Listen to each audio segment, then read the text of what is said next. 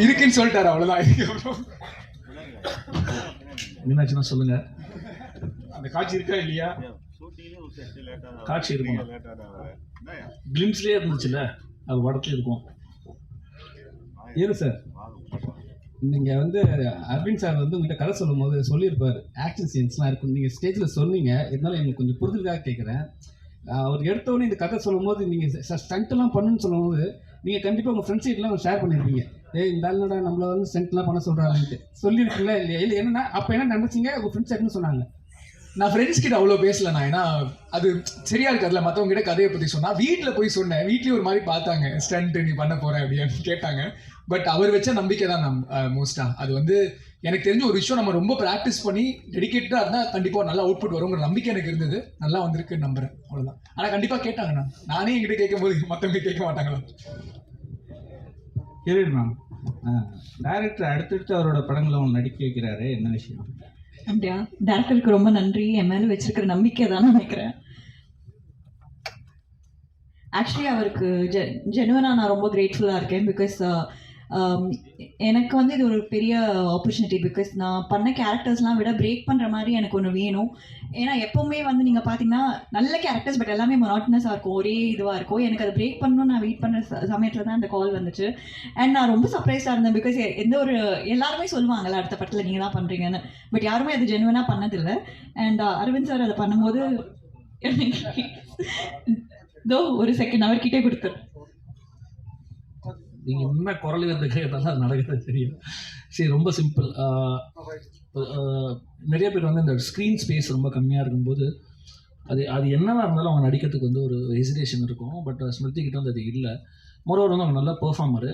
இந்த கதைக்கு ஏன் அவங்க நான் சூஸ் பண்ணேன்னா, அவங்க இதுக்கு முன்னாடி இந்த ரோல் பண்ணுறதுல மட்டும்தான். இந்த கதையை பொறுத்த வரைக்கும் பேக் டு பேக் படம் இல்லை, 2 படம் தான் பண்ணியிருக்கேன். ஓகேங்களா? தேஜாவும் அது வந்து அருள்நிதி நடிச்சிருக்காரு. அருள்நிதி பேர் வேற. இந்த படத்துல தான் அவங்க ஹீரோயின். ஸோ இதுதான். அரவிந்த் சார் என்ன சார் மிரட்டுறீங்களா? யாரு மிரட்டலாங்க? எக்ஸ்பிளைன் பண்ணுறேன். ஸோ அதுதான். ஸோ அதான் சொன்னேன், அவங்க இது நீங்கள் கண்டிப்பாக பார்த்துட்டு சொல்லுவீங்க. அவங்க டோட்டலாக வந்து ஒரு ரெஃப்ரெஷிங்காக இருக்கும் இந்த படத்தில். சார் ஹீரோயின் உங்களுக்கு அரவிந்த் சார் வந்து 2 இயர்ஸ்க்கு அப்புறம் வந்து கதை சொல்லியிருக்காரு, சரிங்களா? அப்போ அவர் சொன்ன உடனே கால் பண்ண உடனே உங்களுக்கு சந்தோஷமாக இருந்திருக்கும். ஆனால் முத்த காட்சின்னு கண்டிப்பாக இன்ஃபார்ம் பண்ணியிருப்பாரு. அது நேரில் வாங்க உங்ககிட்ட ஒரு விஷயம் டிஸ்கஸ் பண்ணணும்னு சொன்னார். ஸோ படத்தெல்லாம் முடிச்சுட்டு அப்புறம் கடைசியில் இந்த மாதிரி ஒன்று இருக்கணும்னு நான் செம்ம ஷாக்கு. என்னையா கேட்குறீங்க இந்த ஒரு இது. And then actually we had a lot of நான் அரவிந்த் சார் கிட்ட சொன்னேன் கண்டிப்பாக முடியாது. Then he told trust me, எதுவுமே தப்பாக தெரியாது, இந்த சீட் ஷாட் தான் தப்பாக தெரியாது, உங்களுக்கு எங்கேயாச்சும் தப்பாக இருந்துச்சு அந்த மாதிரினா நான் ரெஸ்பான்சிபிலிட்டி எடுத்துக்கிறேன்னு சொன்னார். இப்போ வரைக்கும் எங்கள் வீட்டில் பார்க்கல. ஸோ வீட்டில் பார்த்து என்ன சொன்னா ஃபஸ்ட்டு கால் அரவிந்த் சாருக்கு தான் பண்ண போகிறேன். அரவிந்த் சார், என் நண்பர் தான், நான் அரவிந்தன் கூப்பிட்றேன். அரவிந்த், நீங்கள் பெரிய ஃபஸ்ட்டு ஒரு படம் விட்டு கொடுத்துட்டீங்க. பெரிய படம் இட்டு கொடுத்தா, நல்ல படம் இட்டு கொடுத்தாவே ஒரு தலகணம் வந்துடும். ஆனால் நீங்கள் வந்து ஒரு படம் இட்டு கொடுத்துட்டு இந்த படமும் நல்லா எடுத்துருக்கீங்க. இருந்தாலும் ஸ்டேஜுக்கு பின்னாடி அவர் அசிஸ்டன்ட் டைரக்டர் மாதிரி போய் நிற்கிற மாதிரி காரணம் என்ன? இல்லைங்க, இது என்னோட ப்ரொஃபஷன் மாறி இருக்குது, அவ்வளோதான். ப்ரொஃபஷன் மாறணும்னால நான் மாறணும்னு கண்டிப்பாக அவசியம் கிடையாது. நான் அவங்க எல்லாருமே பார்த்துட்டு இருக்கேன், இன் பிட்வீன் பேசிகிட்டு இருக்கேன், எல்லாமே பண்ணிகிட்டு இருக்கேன். ஸோ நான் பேசிக்காக அங்கே இருந்தாங்க இங்கே வந்திருக்கேன். அது எப்பயுமே அது இருந்துட்டு இருக்கும். எது சொன்னேன், எத்தனை பொங்கலுக்கு வந்து நான் வந்து ஒரு ஷோ பார்த்துருப்பேன். இன்றைக்கி ஏன் ஒரு பொங்கலுக்கு என் படம் வருதுன்றது எனக்கு பெரிய ட்ரீம். ஏன்னா ஒரு ஃபெஸ்டிவல் ரிலீஸ்ன்றது ட்ரீமு. ப்ரொவைடட் நம்ம எத்தனை படம் இங்கே உட்காந்து பார்த்துருக்கோம், கூட பயணிச்சிருப்பேன். அப்படின்னும் போது நமக்கு என்னன்னாலும் ஒரு பதட்டம் இருக்கும்ல, ஐயோ இது கரெக்டாக நடந்துடணும் அப்படின்னு சொல்லிட்டு. ஸோ அதனால தான். மற்றபடி நான் தான் சொன்னேன், இது இப்படியே தான் இருப்பேன். இன்னும் ஒரு 10 படங்கள் போனாலும் இப்படி தான் இருப்பேன். கீதா மேம், இன்னைக்கு ஒட்டுமொத்த தமிழ் சினிமாவே உங்களை அம்மாவா குத்தகைக்கு எடுத்துருக்கு. அதை பற்றி சொல்லுங்க. அதை பற்றியா?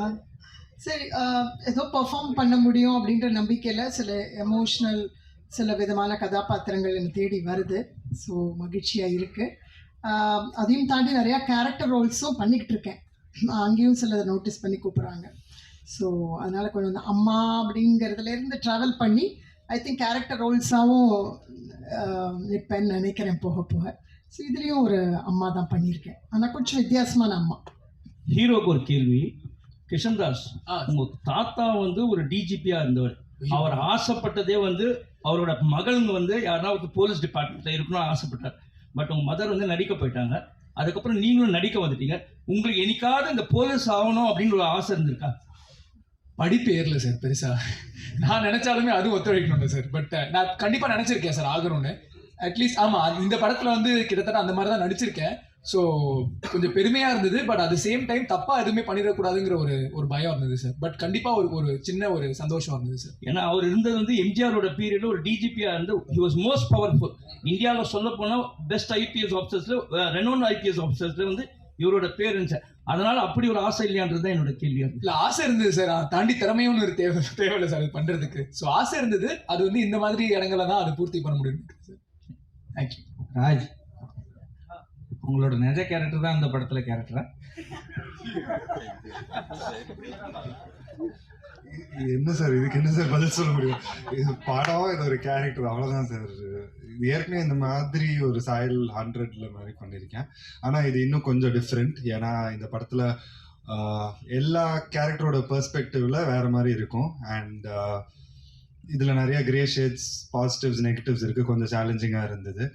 இது ஒரு genre shifting film. So romantic த்ரில்லர்னு சொல்லலாம். ஸோ ஆமாம், கண்டிப்பாக நீங்கள் கேட்ட பதிலுக்கு கண்டிப்பாக இல்லை சார், அந்த மாதிரி. ராஜ், நீங்கள் தொடர்ந்து இதே மாதிரி ஒரு கேரக்டர் வழியாக பண்ணியிருக்கீங்க. அஜித் சார் கூட அதே மாதிரி தான் தம்பியாக பண்ணியிருக்கீங்க. இப்போ அஜித் சார் படமும் ரிலீஸ் ஆகலை, அதே டைமில் உங்கள் படமும் ரிலீஸ் ஆகுது. ஸோ இது இப்போ எப்படி பார்க்குறீங்க அதை? சார், நான் தொடர்ந்து இந்த மாதிரி பண்ணிட்டு இருக்கேன். ஆனால் ஒரு லாஸ்ட் 1 year 1.5 years வேற டிஃப்ரெண்ட் ஆப்பர்ச்சுனிட்டிஸ் வருது சார். கொஞ்சம் பாசிட்டிவ் கேரக்டர்ஸ், லீட்ஸா அந்த மாதிரிலாம் பண்ணிட்டு இருக்கேன். இதுக்கு முன்னாடி வந்துட்டு நீங்க கேட்ட மாதிரி கொஞ்சம் இன்டென்ஸா, கொஞ்சம் நெகட்டிவ், கிரே ஷேட் அந்த மாதிரி தான் நான் பண்ணிட்டு இருந்தேன். இந்த படத்துலயும் அந்த மாதிரி ஒரு கேரக்டர் தான். இது கொஞ்சம் கொஞ்சமா மாறதுல ஒரு சின்ன சந்தோஷம் இருக்கு. அண்ட் சார் படத்துல நான் எந்த கேரக்டரும் பண்ணல. சார் 2 படம் முன்னாடி தான் நான் பண்ணியிருந்தேன். ஸோ அதுல எந்த கனெக்ஷனும் இல்லை. கீதா மேம், நீங்கள் தொடர்ச்சியாக வந்து படம் பண்ணுறீங்க. ஆனால் எல்லா படமும் சக்ஸஸ்ஃபுல்லாக ஆகுது, நல்லாவும் இருக்குது. ஆனால் வந்து உங்களை வந்து டோட்டலாகவே வந்து மாமியார் கேரக்டர்லேயே ஒரு விஷயம் காத்துன்னு இருக்காங்க. அது எப்படி பார்க்குறீங்க? ஓகே, மக்கள் மனசில் பதிகிறேன். ஸோ அந்த அந்த நிறைய பேர் வந்து அவங்க வீட்டு நடுக்கூடத்தில் என்னை வச்சு பார்க்குறாங்க. இன்ஃபேக்ட் ஒரு ஸ்டார்னு ஒரு படம் வந்த பிறகு ஒரு 10 பேர் எனக்கு ஃபோட்டோஸ் அனுப்பிச்சிருக்காங்க. அவங்க சின்ன வயசில் அவங்களும் அவங்க அம்மாவும் இருந்த மாதிரி அப்படியே இருக்கீங்க. நிச்சயமாக அந்த 10 பேரும் வேறு வேறு மாதிரி தான் இருக்காங்க. எனக்கு அது ரொம்ப ஆச்சரியமாக இருந்துச்சு. ஸோ அதனால் இப்போ அவங்களில் ஒருத்தராக பார்க்குறாங்கன்ற இதிலேருந்து நான் சொன்ன மாதிரி நிறைய கேரக்டர் ரோல்ஸ், வித்தியாசமான ரோல்ஸ், வில்லத்தனமான ரோல்ஸ், இப்பயே சொன்னால் சஸ்பென்ஸ் ஃபீல் ஆகிடும். இவருடைய படத்துலேயே நல்ல த்ரில்லரில் ரொம்ப இன்ட்ரெஸ்டிங் ரோல்ஸ்லாம் பண்ணணும்னு ஆசை இருக்குது. ஐ திங்க் அது நடந்துக்கிட்டு இருக்கு ஆக்சுவலாக. அரவிந்த், தர்புகா சிவா வந்து ஒரு யூனிக்கான ஒரு மியூசிக் டைரக்டரு. ஸோ எந்த ஒரு ப்ரொமோஷனுக்கு அவர் வராதுக்கு காரணம் இல்லை? இல்லை, ஆக்சுவலி அவருக்கு வரக்கூடாது, அவாய்ட் பண்ணணுன்ற ஒரு இன்டென்ஷன் இல்லை. அவர் ஆக்சுவலி பயங்கர ப்ரீ ஆக்குப்பைடாக இருக்காரு. ஏன்னா ஒரு பக்கம் அவரோட படத்துக்கான ஸ்கிரிப்ட் இது பண்ணிட்டு டைரக்ஷனுக்கு வந்து லொக்கேஷன்ஸ் பார்த்துட்டு இருக்காரு. ஐ திங்க் வந்து என்டையர்லி இது ஓவர்சீஸில் எடுக்கிற படம் நினைக்கிறாரு. ஸோ அதுக்கான இது பண்ணிட்டு இருக்காரு. பட் அதர்வைஸ் வந்து நம்ம எப்போனா ரீச் பண்ணி அவர்கிட்ட பேசலாம், இது பண்ணலாம். ரொம்ப ரிசர்வ் டைப். அது நம்ம யூஸ்வலாக பார்க்குற ஒரு ஜோனில் அவர் இருக்கவே மாட்டார். அவர் டோட்டலி என்னென்னா ரொம்ப லிமிட்டட் அவரோட சர்க்கிள்ன்றது. நம்மக்கிட்டே வந்து இப்போது இதுனா அப் டு த பாயிண்ட் என்னவோ அது பேசிட்டு தென் அவர் வேலையை பார்க்க போயிடுவார். ஸோ அதர்வைஸ் பர்பஸ்ஃபுல்லாக அதுவும் கிடையாது. சொல்லுங்கள். கிஷன் தாஸ் அதே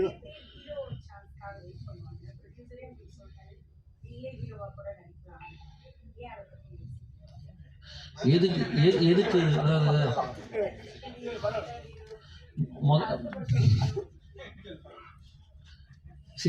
அவர் ஜெனரசிட்டி அவர் சொல்லலாம்.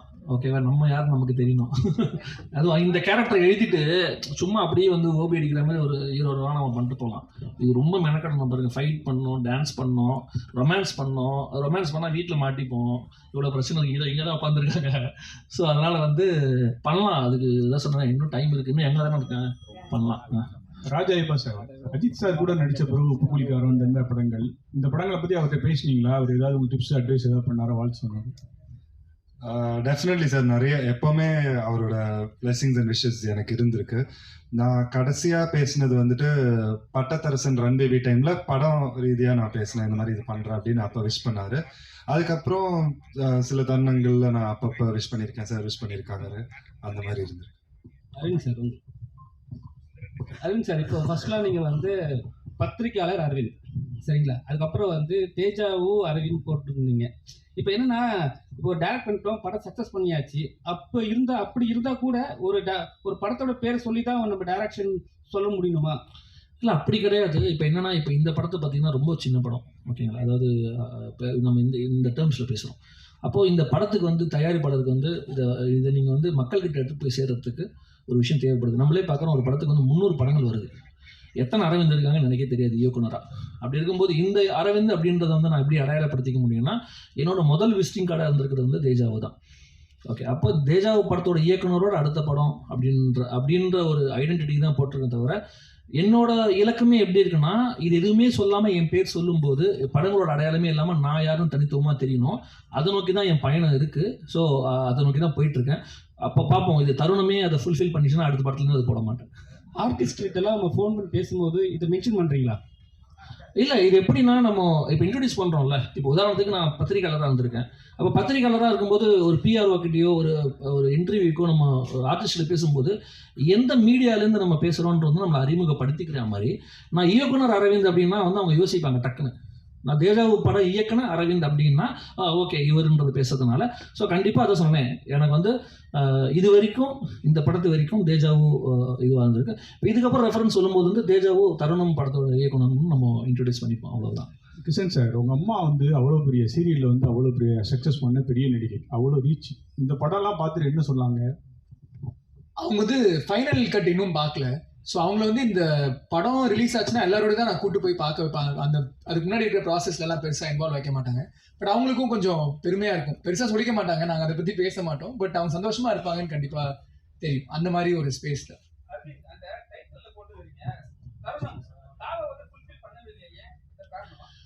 ஏன்னா அது வந்து படமுமே என்னன்னா, ஒரு லவ் அப்படின்றது லவ் மட்டுமே முழுமையாக இருக்காது. அதில் வந்து எல்லா ஒரு விஷயங்களுமே அது படத்தில் இருக்கும். ஸோ இன்னொன்று யூனிக்கான ஒரு விஷயம் தேவைப்படுது இல்லையா? ஸோ அதுக்காக அப்படி ஒரு இது யூஸ் பண்ணியிருக்கோம்.